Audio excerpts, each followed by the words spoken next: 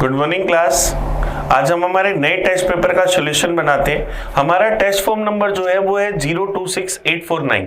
ये हमारे पास CGL exam की टेस्ट सीरीज है जिसमें मैथ्स के टोटल 25 क्वेश्चंस आते हैं। तो इन 25 क्वेश्चंस का हम एनालिसिस करते हैं आज के पेपर को स्टार्ट आज के पहले क्वेश्चन से। पहला क्वेश्चन ये रहा हमारी स्क्रीन पर। A is twice as fast runner as B and B is thrice as fast runner as C.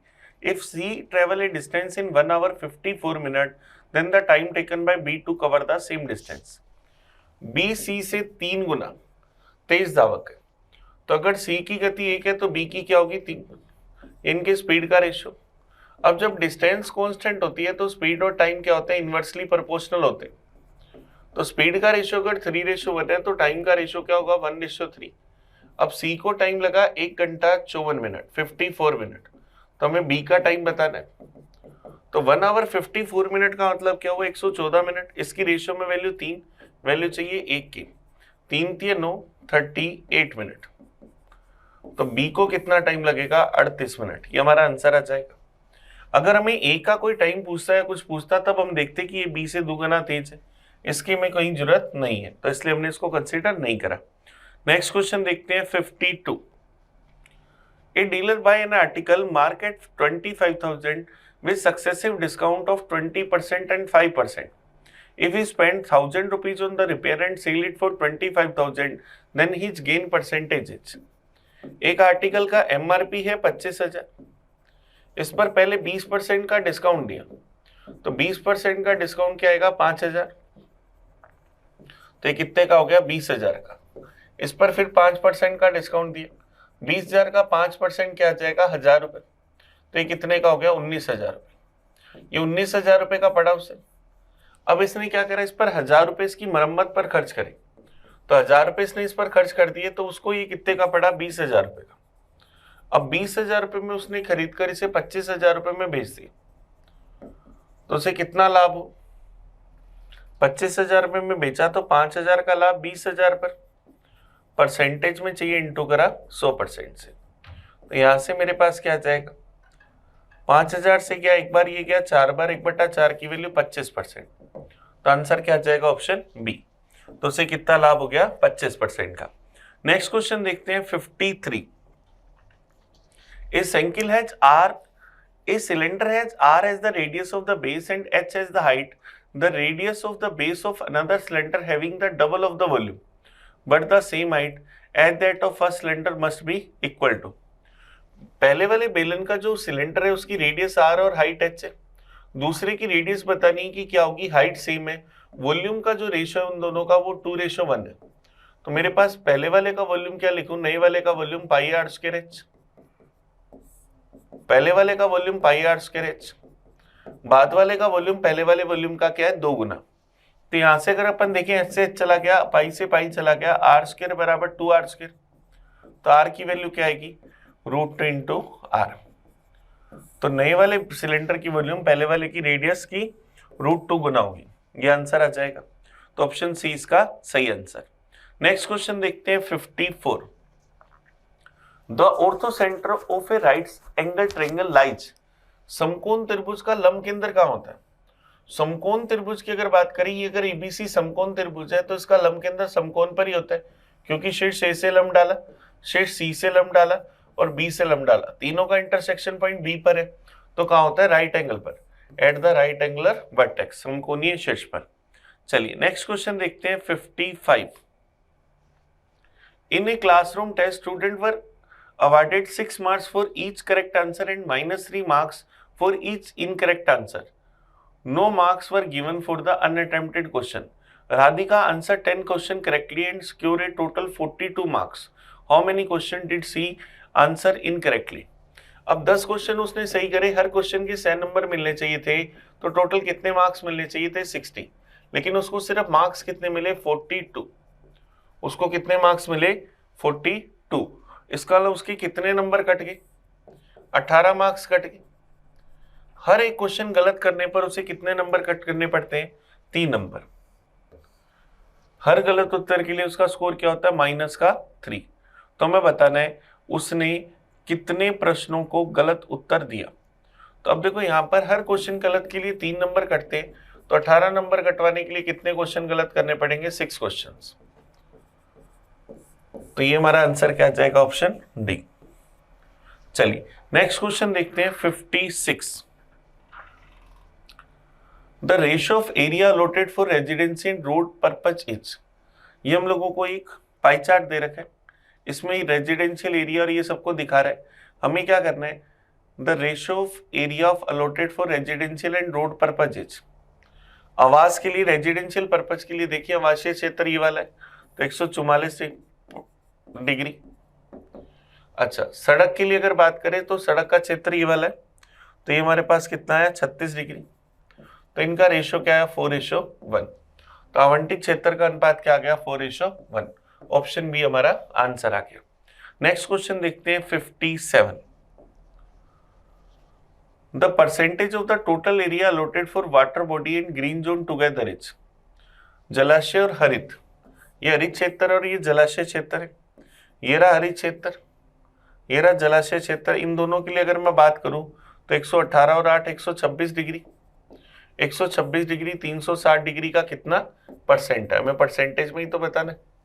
तो यहाँ से क्या होगा? 6 से अगर मैं इसको काट दूंगी तो 6 से चला जाएगा 60 बार, 6 से चला जाएगा 21 बार, 3 से क्या 7 बार, 3 से चला गया 20 बार, 20 से क्या 5 बार, 7 × 5 35%। तो ऑप्शन क्या जाएगा? ई। तो कितने परसेंट आवंटित है? 35%। चलिए नेक्स्ट क्वेश्चन देखते हैं 58। Land allotted for green zone is greater than that for commercial purpose by. अब देखो टोटल एरिया जो है ना वो 5 एकड़ है, आपको यहाँ पर मेंशन नहीं कर रखा, 5 एकड़ है टोटल एरिया।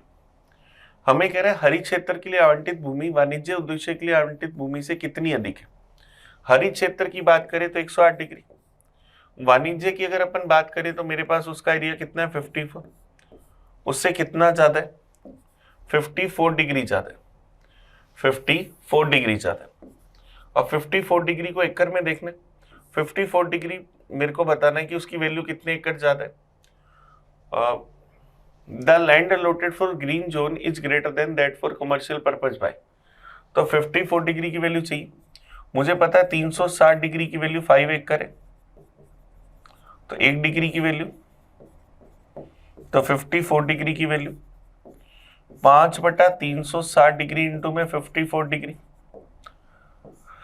18 से गया 3 बार, 18 से गया 20 बार, 5 से चला गया 4 बार, तो क्या जाएगा? 3/4 एकड़। ये हमारे पास आ जाएगा, तो ऑप्शन डी इसका आंसर आ जाएगा। नेक्स्ट क्वेश्चन देखते हैं 59। ये वैल्यू a + b√6 के बराबर है, तो हमें a और b का मान बताना है। तो देखो 4√3 + 5√2 अपॉन में रूट में 48 + √18 है। अगर मैं इसका रेशनलाइजेशन कर दूं, √48 माइनस √18 से ऊपर नीचे गुना कर दूं, तो क्या होगा? a + b × a - b बटा में तो क्या बनेगा? a² - b²। 48 - 18 बन जाएगा। ऊपर क्या? 4√3 + 5√2। √48 को अगर मैं 16 × 3 लिखूं, 16 × 3 लिखूं तो ये 4√3 बन जाएगा। 18 को अगर मैं 9 × 2 लिखूं तो ये क्या? 3√2 बन जाएगा। तो मेरे पास क्या आएगा? 4√3 × 4√3 क्या बनेगा? 48। 4√3 को अगर मैं इससे गुना करूं तो माइनस में क्या जाएगा? 12√6। 5√2 को 4√3 से गुना करूं तो क्या जाएगा? 20√6।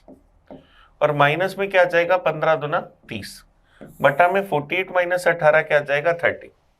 अब 48 - 30 क्या जाएगा? 18 - 12√6 + 20√6 क्या जाएगा? 8√6/30। दोनों में अलग अलग अगर 30 का भाग दे दें तो 18/30 + 8√6/30। 6 से चला गया 3/5 प्लस 2 से काट दूं तो क्या जाएगा? 4√6 अपॉन में 2 से काट दूं तो 4√6/15। तो अगर मैं इसको कंपैरिजन करूं a + b√6 से, तो a का मान 3/5, b का मान 4/15। तो ऑप्शन क्या जाएगा? डी, 3/5 और 4/15। चलिए नेक्स्ट क्वेश्चन देखते हैं 60। If the sum of money at a certain rate of simple interest per year double in 5 year, अगर 5 सालों में डबल हो जाती है इसका मतलब 100% ऐसा ही मिलता है 5 सालों में, 100% मिलता है 5 सालों में, तो रेट क्या आ जाएगी 20%, रेट क्या आ जाएगी 20%। फिर कह रहा है at a different rate of simple interest per year become thrice time in 12 year, वो 3 गुना हो जाती है 12 सालों में, 3 गुना हो गई 12 सालों में, इसका मतलब ऐसा ही मिला 200%, ऐसा ही मिला 200% कितने सालों में 12 सालों में, तो 200/12 100/6 मतलब 16 से ही 2/3%। What is the difference in two rate of the simple interest per year, दोनों का डिफरेंस 20 - 16 से ही 2/3 क्या आ जाएगा 3 से 1/3%, तो ऑप्शन सी इसका आंसर आ जाएगा। नेक्स्ट क्वेश्चन देखते हैं, question number 61। A clock strike once at 1 o'clock, twice at 2 o'clock and thrice at 3 o'clock and so on. It take 8 seconds to strike at 5 o'clock. The time taken by it to strike at 10 o'clock is. अब देखो क्या हुआ, 1 बजे वो bell एक बार ring करती है, 2 बजे 2 बार, 3 बजे 3 बार, तो मैं कह रहा है 5 बजे वह 8 सेकंड का समय लेती, तो 10 बजे से बजने में कितना समय लगेगा।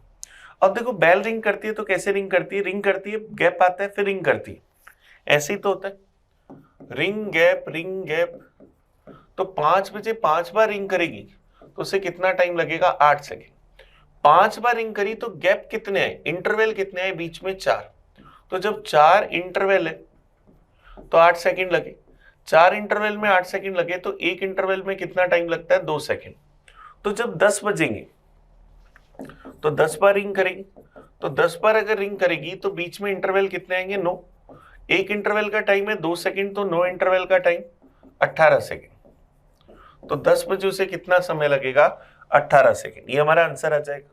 क्योंकि अगर ऐसे रिंग करती रही रिंग तो पता ही नहीं लगेगा, तो इसलिए बीच में गैप आता है और गैप का ही टाइम काउंट करा जाता है। नेक्स्ट क्वेश्चन देखते हैं 62। ए bike consume 20 ml of petrol per kilometer if it is drive at the speed in the range of 25 to 50 km per hour. Consume 40 ml of the petrol per kilometer at any other speed. How much petrol is consumed by a bike of traveling a distance of 50 km? If the bike is driving at the speed of 40 km per hour for first 10 km, 40 kilometre इसी range में आ रहा है, तो मतलब petrol खपत होगा 20 ml पर kilometre. 10 kilometre के लिए अगर बात करें तो क्या जाएगा 200 ml, 40 की स्पीड से जब चलेंगे 10 किलोमीटर तो पेट्रोल यूज हुआ 200 ml at the speed of 60 kilometre per hour for next 30 kilometre. 60 kilometre per hour की स्पीड से अगर 30 किलोमीटर चले तो हर किलोमीटर के लिए तब कितना पेट्रोल यूज होता है 40 ml, तो 30 के लिए 40 × 30 1200 ml।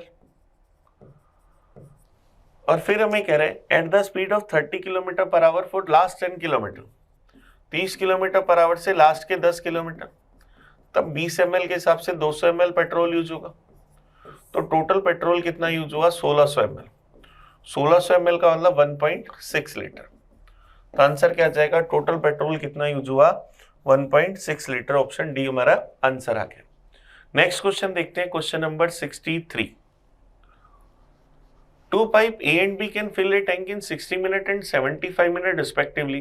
There is also a outlet pipe C. If A, B, C are open together, the tank is full in 50 minutes.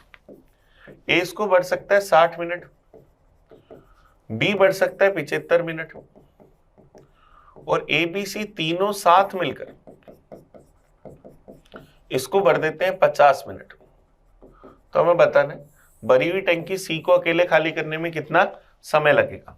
सबसे पहले टोटल वर्क निकाला 300, हमने कहा कि टंकी में 300 मटके आते हैं, ये 60 मिनट में 300 मटके बढ़ता है, तो ए की एफिशिएंसी 5, बी की एफिशिएंसी 4 और तीनों की एफिशिएंसी 6। ए और बी की एफिशिएंसी का टोटल 9, तीनों की एफिशिएंसी का टोटल 6, तो सी की एफिशिएंसी -3। तो सी इसको खाली करने में कितना टाइम लेगा, टोटल वर्क अपॉन एफिशिएंसी 300/-3 मतलब 100 मिनट, माइनस किसको दिखा रहा है खाली करने को, तो इस 100 मिनट में से खाली कर देगा, ऑप्शन ए हमारा आंसर आ गया। नेक्स्ट क्वेश्चन देखते हैं 64। Reena and Shalu are partner in a business. Reena invest 35,000 for 8 months and Shalu invested 42,000 for 10 months. Out of the profit of 31,570 rupees, Reena share is. अब देखो रीना ने क्या करा, 35,000 रुपए इन्वेस्ट करे 8 महीने के लिए, और उसकी जो फ्रेंड है शालू, उसकी जो पार्टनर है, उसने इन्वेस्ट करे 42,000 10 मंथ के लिए। तो यहां से अगर अपन इनका मनी इनटू टाइम का रेशियो निकाले, 3 जीरो से 3 जीरो कैंसिल, 7 से क्या 5 बार, 7 से क्या 6 बार, 5 इंटू 8, 8 5 40, 6 इंटू 10 60। तो मनी इनटू टाइम का रेशियो 2:3, तो प्रॉफिट का रेशियो भी 2:3। टोटल प्रॉफिट हमें पता है, उसमें से किसका शेयर चाहिए, रीना का। टोटल प्रॉफिट है 31,570, रेशियो का टोटल है 5, वैल्यू चाहिए 2 की। 5 से क्या 6 बार, फिर चला गया 3 बार, फिर चला गया 1 बार, बच गया 2, 20 चला जाएगा 4 बार। 6314 का डबल करें तो क्या जाएगा, 12,628 रुपए। तो रीना का शेयर क्या आ गया, 12,628 रुपए। ऑप्शन बी इसका आंसर आ गया। नेक्स्ट क्वेश्चन देखते हैं, question number 65। A man bought a number of oranges at 540 rupee and equal number at 440 rupee and mixed the two and sold at 94 rupees too. If a loss of 3 rupees, then find the number of total oranges. 1 रुपए में 5 संतरे खरीदे, उतने ही संतरे 1 रुपए में 4 की दर से खरीदे, और इनको मिलाकर बेच दिया 2 रुपए में 9 की दर से। 3 रुपए का लॉस हुआ, तो हमें बताना है कितने संतरे खरीदे थे। 5, 4 और 9, इन सब का अगर अपन एलसीएम देखें तो मेरे पास क्या जाएगा, 180। तो इसको अगर मेरे को 180 बनाना है तो 9 चौक 36 से गुना करो, इसको 9 5 45 से गुना करो, तो 36 रुपए के कितने संतरे खरीदे, 180। फिर 45 रुपए के कितने संतरे खरीदे, 180। तो टोटल हमने क्या करा, 81 रुपए के 360 संतरे खरीद लिए।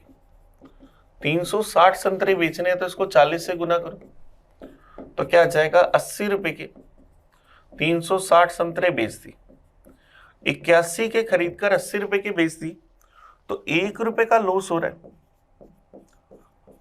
कितने संतरों पर, 360 पर। तो 3 रुपए का लॉस चाहिए, तो 360 गुना 3, 1080। तो 1080 संतरों पर क्या होगा, 3 रुपए का लॉस हो जाएगा। ये 3645 कैसे लिखा हमने, 5, 4 और 9, इन सब का एलसीएम ले लिया। यहाँ 5 है तो 5 को छोड़ दिया, 36 से गुना कर दिया। दूसरे में 4 है तो 45 से गुना कर दिया। नेक्स्ट क्वेश्चन देखते हैं, 66। Sec theta minus tan theta का square into 1 plus sine theta upon में साइन स्क्वायर थीटा। अब देखो सेक थीटा को अगर मैं लिखूं 1 upon cos theta, tan theta को लिखूं sine theta upon cos theta, into के अंदर 1 प्लस साइन थीटा और बट्टा में साइन थीटा। और मैं कह रहा हूं इस पूरे का होल स्क्वायर लिख देते, सबका स्क्वायर है तो मैं पूरे का होल स्क्वायर लिख देता हूं। तब ये मेरे पास क्या बनेगा, 1 माइनस साइन थीटा इंटू में 1 प्लस साइन थीटा अपॉन में साइन थीटा कोस थीटा, इस पूरे का होल स्क्वायर। तो a plus b into a minus b, 1 minus sine square theta क्या होगा, कोस स्क्वायर थीटा अपॉन में साइन थीटा कोस थीटा का होल स्क्वायर। तो कोस थीटा से एक पार कट गई, cos theta upon sine theta cot theta, तो कोट थीटा का स्क्वायर करूंगा तो क्या जाएगा, coat square theta. Option D हमारा आंसर आ जाएगा। नेक्स्ट क्वेश्चन देखते हैं, 67। What is the value of this, हमें इसका मान बताना है। tan 5 theta plus tan 3 theta को हम क्या लिख सकते हैं, साइन 8 थीटा अपॉन में 4 कोस की power 4 theta. tan 5 theta minus tan 3 theta को क्या लिख सकते हैं, साइन 2 थीटा। साइन 8 थीटा को अगर लिख दें 2 साइन 4 थीटा इंटू में कोस 4 थीटा अपॉन में 4 कोस 4 थीटा इंटू साइन 2 थीटा। कोस 4 थीटा से कोस 4 थीटा कट गए, 2 से चला जाएगा 2 बार। साइन 4 थीटा को लिखे 2 साइन 2 थीटा इंटू में कोस 2 थीटा अपॉन में 2 साइन 2 थीटा, ऐसा हम लिख सकते हैं। तो मेरे पास यहां से क्या होगा, 2 से 2 कट जाएगा, sin 2 थीटा से sin 2 थीटा कट जाएगा, क्या आ जाएगा cos 2 थीटा। तो ऑप्शन बी इसका आंसर आ जाएगा। चलिए नेक्स्ट क्वेश्चन देखते हैं 68।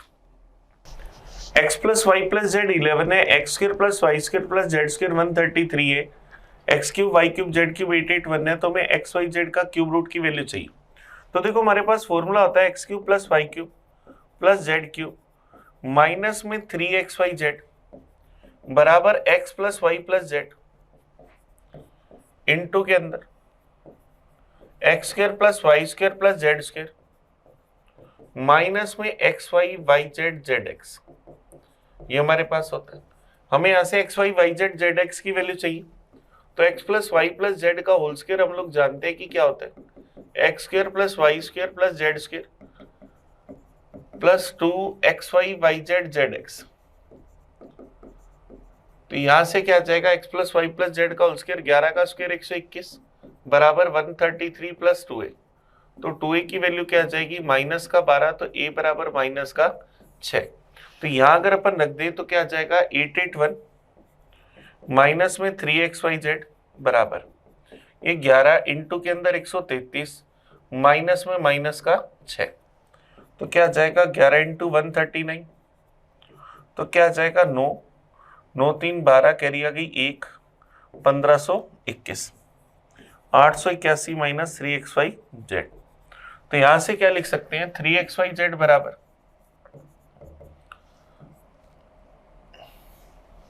3xyz बराबर 881 माइनस के अंदर 1529। तो यहां से क्या आ जाएगा माइनस का 9 में से 1 गया 8, 12 में से 8 गई 4, 14 में से 8 गई 648, 3xyz 3 का अगर भाग दे दूंगा तो xyz बराबर माइनस का 216, क्यूब रूट करूंगा तो माइनस का 216 किसका क्यूब होता है माइनस 6 का।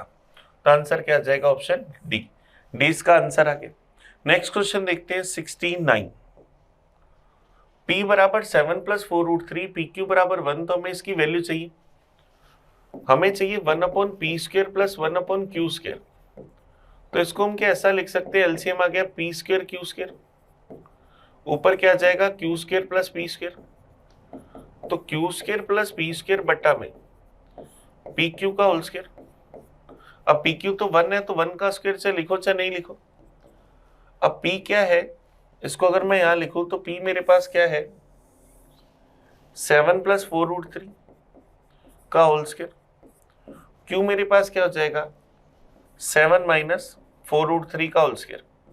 तो a प्लस बी का whole square plus a minus b का होल स्क्वायर क्या होता है 2 into a square plus b square. 4 root 3 का स्क्वायर क्या बनेगा 48, तो 2 इंटू क्या बनेगा 97, तो क्या आ जाएगा 194। तो आंसर क्या जाएगा ऑप्शन बी। अब मैंने q का मान 7 माइनस 4 रूट 3 कैसे लिखा, पी क्यू अगर 1 है तो q बराबर 1 अपॉन पी होगा, तो q बराबर 1 अपॉन 7 प्लस 4 रूट 3 होगा। तो मैंने इसका रेशनलाइजेशन करके से 7 माइनस 4 रूट 3 लिख दिया। चलिए नेक्स्ट क्वेश्चन की ओर बढ़ते हैं, question number 670। On a certain item profit is 120%। मान लिया कि कॉस्ट प्राइस 100 है, प्रॉफिट 120% है, तो सेलिंग प्राइस क्या जाएगा 220। अब हमें कह रहा है if the cost price increase by 10%, cost price को अगर मैं 10% से बढ़ा दूं तो 110 कर दूं, और then what will be the new profit margin in if selling price remain the same. Selling price को सेम रखें तो 110 का प्रॉफिट 110 पर परसेंटेज में चाहिए, इंटू करा 100% से, तो क्या हो जाएगा 100% प्रॉफिट। तो आंसर क्या आ जाएगा ऑप्शन सी। चलिए नेक्स्ट क्वेश्चन देखें 71। The average weight of a certain number of student in A group is 72 kg। X student है जिनका एवरेज है 72 kg। If 10 student having the average weight 78 kg leaves the group and 4 students having the average weight 80 kg join the group, the average weight of the student in group decreased by 0.7 kg, number of the student initially in the group। अब 10 78 वाले गए तो 6 ज्यादा वाले गए तो 60 kg चला गया, 4 ज्यादा 8 वाले आए, 8 चौक 32 kg आ गया, तो ओवरऑल क्या हुआ 28 kg वेट कम हो गया। 28 केजी वेट कम हो गया, इसलिए क्या हुआ, एवरेज 0.7 केजी कम हो गया। तो इसका अलावा अब कितने स्टूडेंट है, 40 स्टूडेंट है।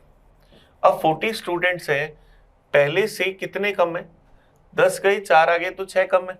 तो पहले 6 स्टूडेंट ज्यादा थे, तो पहले कितने स्टूडेंट थे, 46। ऑप्शन बी हमारा आंसर आ जाएगा। नेक्स्ट क्वेश्चन देखते हैं 72। The average age of 120 student in A group is 13.56।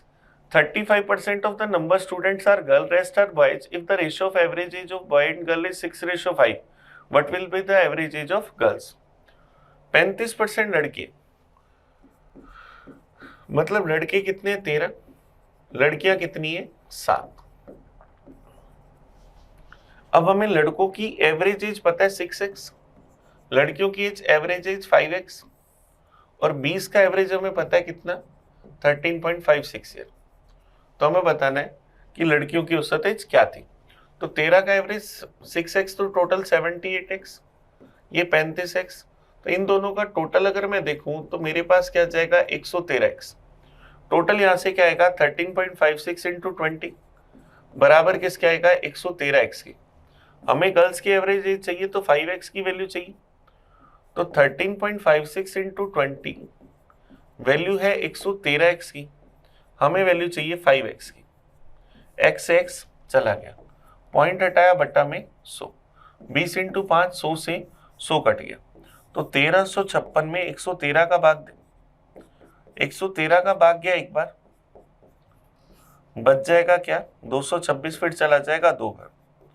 तो गर्ल्स का एवरेज हमारे पास कितना है, 12। आंसर क्या जाएगा, ऑप्शन ए।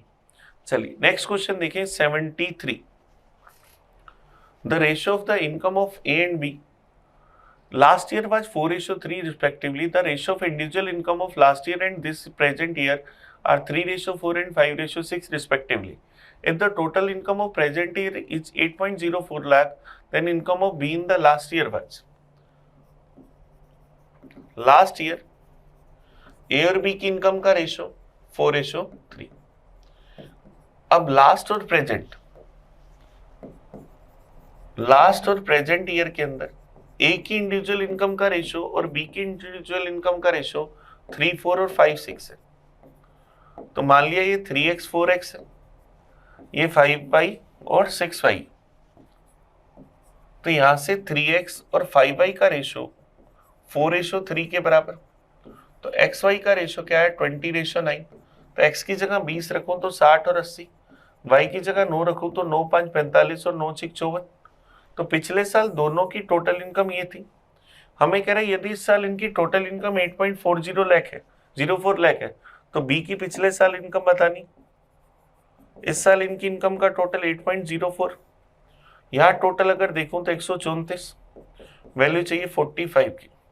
134 से चला गया 6 बार, 45 इंटू 6 270, वापिस से 2 डिजिट बाद पॉइंट लगा दिए, तो 2.70 लाख, ये हमारा आंसर आ जाएगा। नेक्स्ट क्वेश्चन देखते हैं 74। When 1062, 1134 and 1182 are divided by a greatest number x, the remainder in each case is y, then value of x minus y। इनके लिए मुझे ग्रेटेस्ट नंबर ढूंढना है, तो मुझे इनके डिफरेंस का HCF निकालना है। तो 1182 में से 1134 घटा दे, 12 में से 4 गए 8, 7 में से 48, 1134 में से 1062 घटा दे 2, 13 में से 6 गए 7, फिर क्या जाएगा, 1182 में से 1062 घटा दे 120। इन तीनों का HCF क्या आएगा, 24। तो x का मान क्या आया, 24। अब किसी भी एक नंबर में 24 का भाग दे दो, 1062 में 24 का भाग दे तो 24 चौक 96, बच जाएगा 10, 102, फिर चला जाएगा 4 बार 96, रिमाइंडर क्या बचा 6। तो रिमाइंडर y का मान क्या आया, 6। x 24 है, y का मान 6, हमें क्या चाहिए, x माइनस वाई। तो 24 माइनस 6 क्या जाएगा, 18। तो ऑप्शन क्या जाएगा, डी। चलिए नेक्स्ट क्वेश्चन देखें 75। A container contain 20 litre mixture in which 10% sulphuric acid. 20 litre हमारे पास मिक्सचर है जिसमें सल्फ्यूरिक जो एसिड है वो कितना है, 10%। Find the quantity of sulphuric acid to be added in the mix, the solution contain 25% sulphuric acid. 25% acid बनाना है, तो बाकी क्या होगा, पानी 90%, तो 10% की वैल्यू 2 लीटर, 90% की वैल्यू 18 लीटर, ये 25% तो ये 75%, 75% की वैल्यू 18 लीटर, तो 3 की वैल्यू अगर 18 लीटर तो 1 की वैल्यू क्या आएगी 6 लीटर, 25% की वैल्यू 6 लीटर, 2 लीटर को 6 लीटर बनाना है तो कितना मिलाए 4 लीटर।